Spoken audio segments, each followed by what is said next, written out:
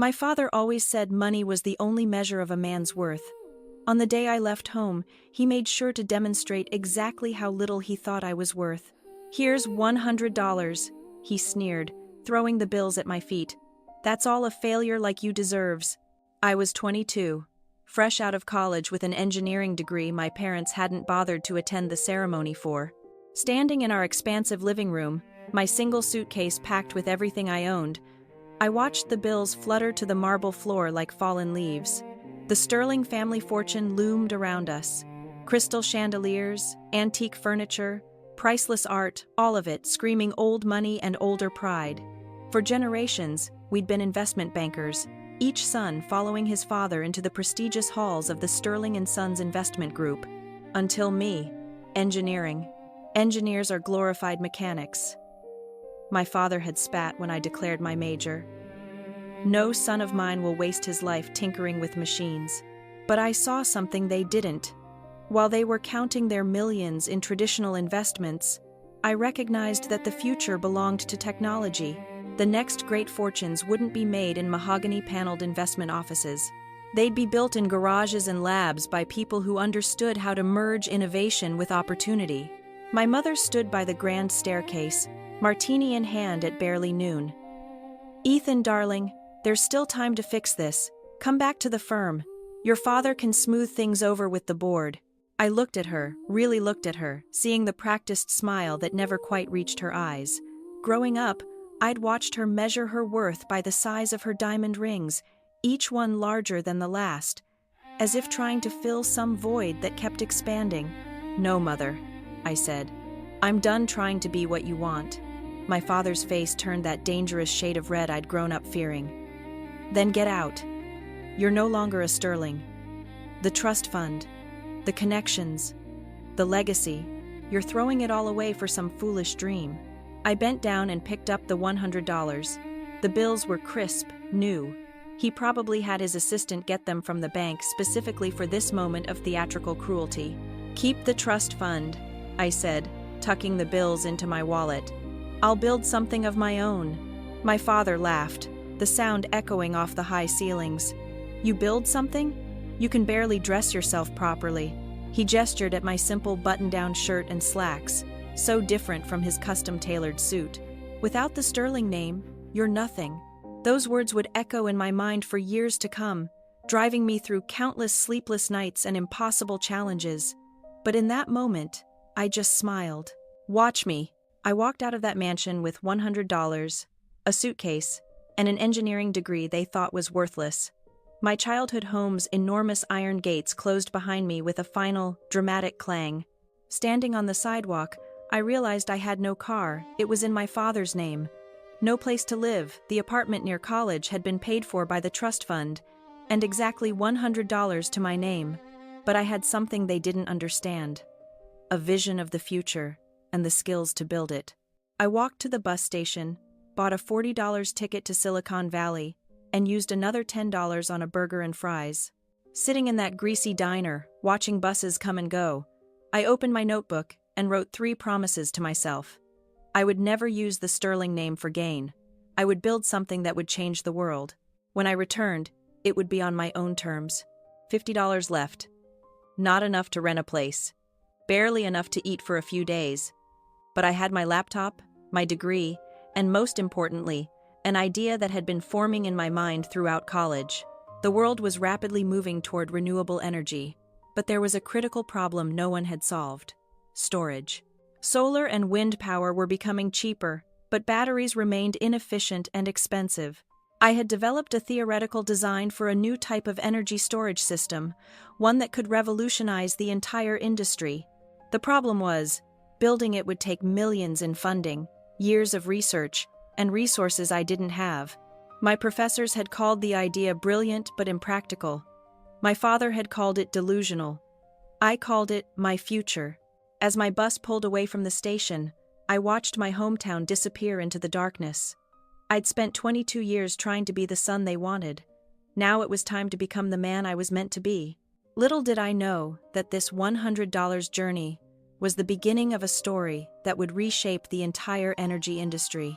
In 10 years, I would build a company worth billions, revolutionize how the world stored and used energy, and return home not as the prodigal son, but as someone they never imagined I could become. But first, I had to survive Silicon Valley with $50 and a dream that wouldn't die. Silicon Valley wasn't the gleaming tech paradise I'd imagined. My first night, I slept on a bench in a park in Palo Alto, using my laptop bag as a pillow and my jacket as a blanket. By morning, my $50 had become $30 after buying a cup of coffee and a bagel at a local cafe. But that cafe changed everything. "You're going to get robbed sleeping out there," the barista said, watching me try to stretch my coffee for hours while using their Wi-Fi. Her name was Chloe, and instead of kicking me out, she offered me a deal. Help fix their constantly breaking espresso machine, and I could sleep in the storage room after hours. I fixed their machine in 20 minutes. The owner was so impressed he offered me a part-time job doing maintenance work. Just like that, I had income and a place to sleep, even if that place was a room full of coffee beans and paper cups. During days, I worked at the cafe.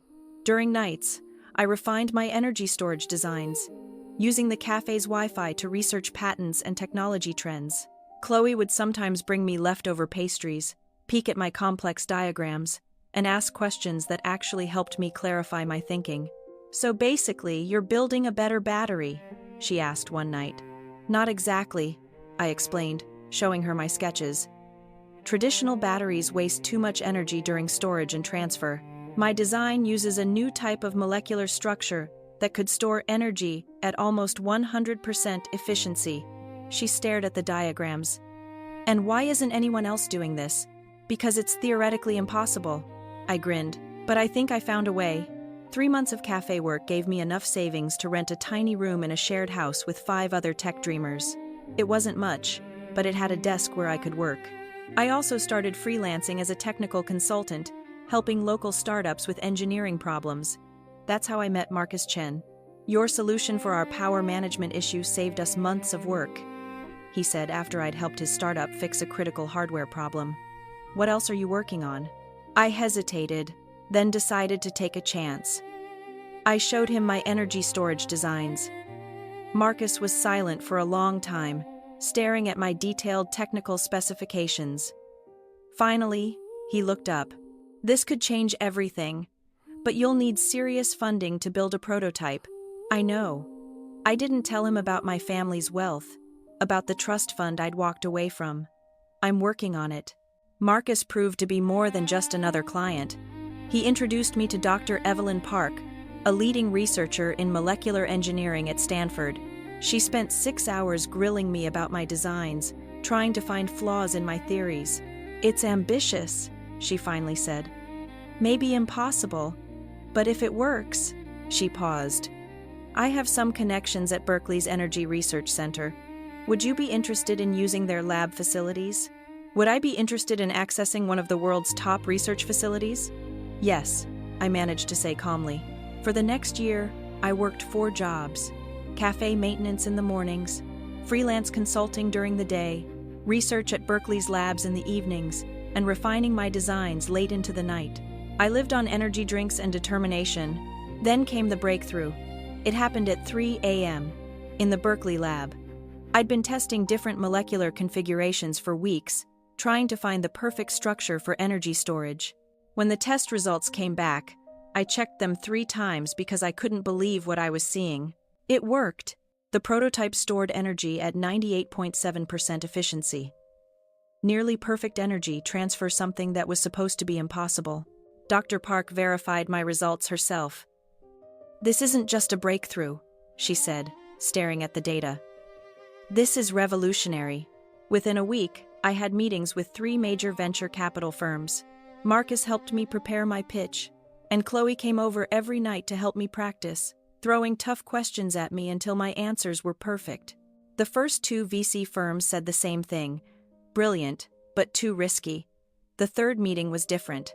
"Your technology could revolutionize renewable energy storage," said Julian Thorne, the lead partner at Quantum Ventures. "But why should we trust a 2-3-year-old unknown?" I met his eyes. "Because I spent the last year proving impossible things are possible. Give me a chance to prove one more." They invested $5 million for a 25% stake in my company. which I named Apex Energy Solutions. The name was a private joke, the highest point, rising from nothing. I moved the research to our own facility, hired a small team of brilliant engineers, and worked harder than ever. We faced countless technical challenges, numerous failures, and moments when it seemed everything would fall apart. But 2 years later, we did it. Our first commercial-scale energy storage system was ready for testing. When the results came in, they exceeded even our highest expectations. Our system could store and deliver energy with 99.1% efficiency, nearly 3 times better than the best existing technology. The energy industry exploded with interest. Solar and wind power suddenly became not just viable, but economically superior to fossil fuels. Every major power company wanted our technology. Apex Energy Solutions went public 3 years after that first VC investment. The stock price doubled on the first day. By the end of the week, my stake in the company was worth over $100 million. I bought my first suit since leaving home, not from the expensive tailor my father used, but from a boutique that catered to tech executives. Chloe, now our head of operations, helped me choose it. "Planning to show off for someone?" she asked with a knowing smile. "No," I said, adjusting the perfectly fitted jacket. "But I think it's time to pay a visit home." I hadn't spoken to my family in 5 years. Through business news and social media, I knew Sterling & Sons was struggling. Traditional investment banking was dying, disrupted by financial technology and changing markets. They needed to adapt, to invest in new technologies, exactly what I had tried to tell them years ago. Now they were facing their biggest crisis yet, a hostile takeover attempt by a mysterious tech-focused investment firm. What they didn't know was that the firm, Vanguard Horizon, was a subsidiary of Apex Energy Solutions, my company. If this story of resilience and determination touches you, please consider subscribing and sharing this content. Your support helps me continue to share these stories. I booked a flight home. My $100 million net worth was a far cry from the $100 I'd left with, but I wasn't going back to reconcile or to gloat.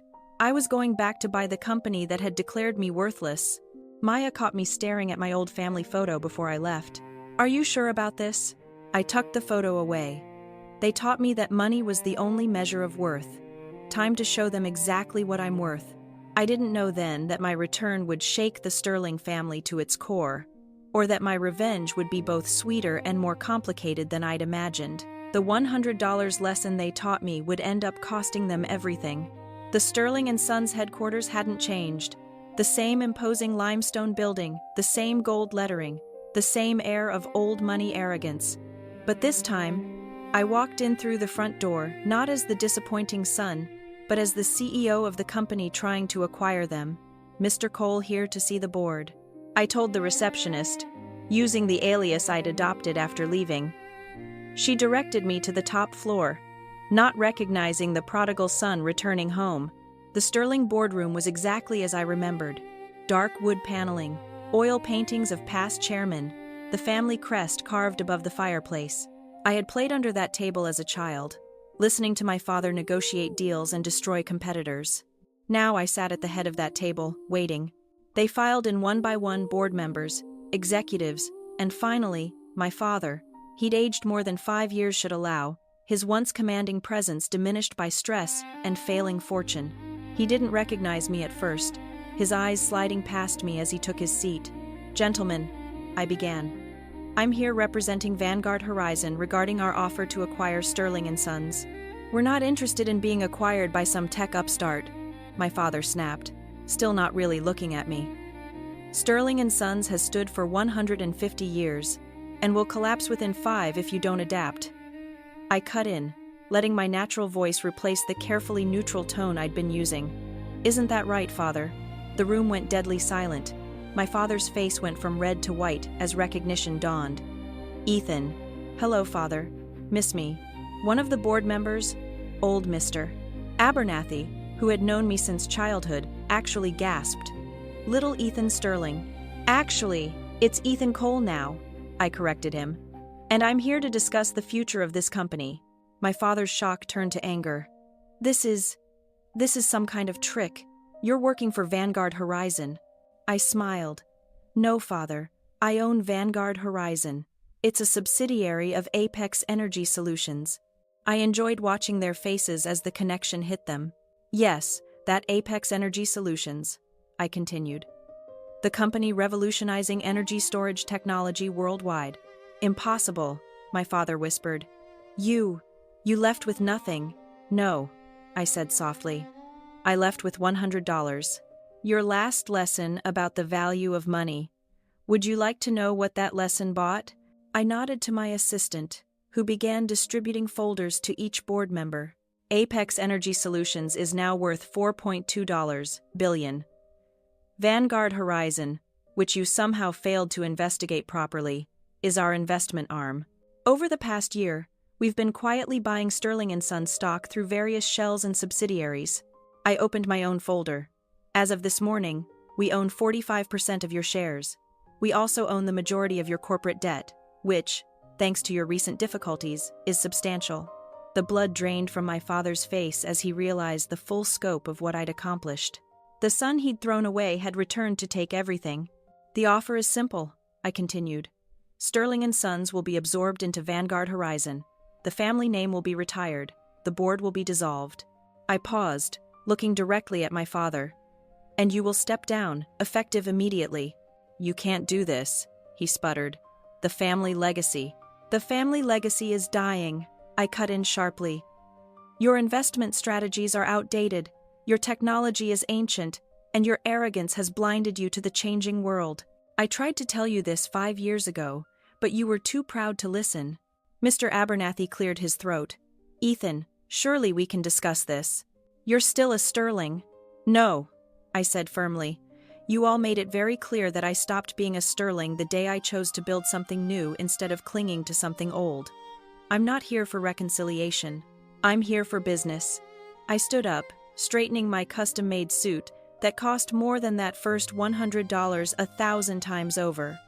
You have 24 hours to accept the offer. If you refuse, Vanguard Horizon will call in all outstanding loans immediately. Sterling & Sons will not survive the week. My father found his voice again. You would destroy your own family's company? Everything we built? No, father. You destroyed it with your stubborn refusal to change. I'm offering you a chance to save what's left, the jobs, the clients, the legacy you claim to care about so much. Whether that legacy bears the Sterling name is no longer your choice. I walked to the door, then turned back one last time. Oh, and father? Remember when you said money was the only measure of a man's worth? I smiled coldly. By your own measure, what am I worth now? The next 24 hours passed in a blur of legal meetings and press inquiries. News of Apex Energy's takeover bid had leaked, sending Sterling & Sons stock into chaos. My father tried to fight, of course, calling in old favors and trying to rally support. But I had anticipated everything. Every escape route was blocked. Every potential white knight was already aligned with us. Every financial lifeline was closed. The empire he'd spent his life protecting was now in my hands. They signed the papers the next day in the same room where he'd once thrown $100 at my feet. As the lawyers finalized the details, my father approached me. He looked old, beaten, but there was something else in his eyes, something that might have been respect, or perhaps just resignation. You planned this, he said quietly. All of it. No, father. You planned it the moment you decided my dreams weren't worth respecting. I just built something better than you could imagine. He nodded slowly. And now? Will you destroy everything out of revenge? I looked at him for a long moment. No. I'm going to rebuild it into something that actually matters. Sterling & Sons will become part of a company that's helping to solve the world's energy crisis, not just moving money from one account to another. The fact that it's no longer yours is just poetic justice. As I turned to leave, he called out one last time, Ethan, that $100. I smiled. Best investment I ever made, father. It taught me exactly what I didn't want to become. The transition took 6 months. I restructured the company completely, modernizing its operations and redirecting its resources towards sustainable energy investments. Most of the employees kept their jobs after all. This wasn't about punishing them for my father's sins. My father retired to our old family estate, his pride more wounded than his wallet. I'd ensured he kept enough money to live comfortably. My mother tried to reach out several times, always with hints about reconciliation, but I kept my distance. Some bridges, once burned, should stay ashes. A year later, I stood in my office at Apex Energy headquarters, looking out over Silicon Valley. Chloe brought in a small package that had arrived from my father. Inside was $100, the same bills he'd thrown at me 5 years ago. I'd left them on his desk after the takeover signing. With them was a note. "You were worth more than I knew." I took the bills to the cafe where my journey had started. The same barista who'd once given me shelter was now a senior executive in my company, but the cafe still made the best coffee in Palo Alto. I left the $100 as a tip. Some might call it petty, using my success to take over my father's company. But I didn't do it for revenge. I did it because sometimes, the only way to fix a broken legacy is to tear it down and build something better in its place. They say money can't buy happiness. But $100 taught me something more valuable. The true worth of a person isn't in their bank account or their family name. It's in what they choose to build with what they have. I'd built an empire, and I did it not because of the sterling name, but in spite of it. The $100 I left with bought me something priceless, the freedom to become who I was meant to be. The millions I returned with just proved I was right all along, and that's worth more than any family fortune.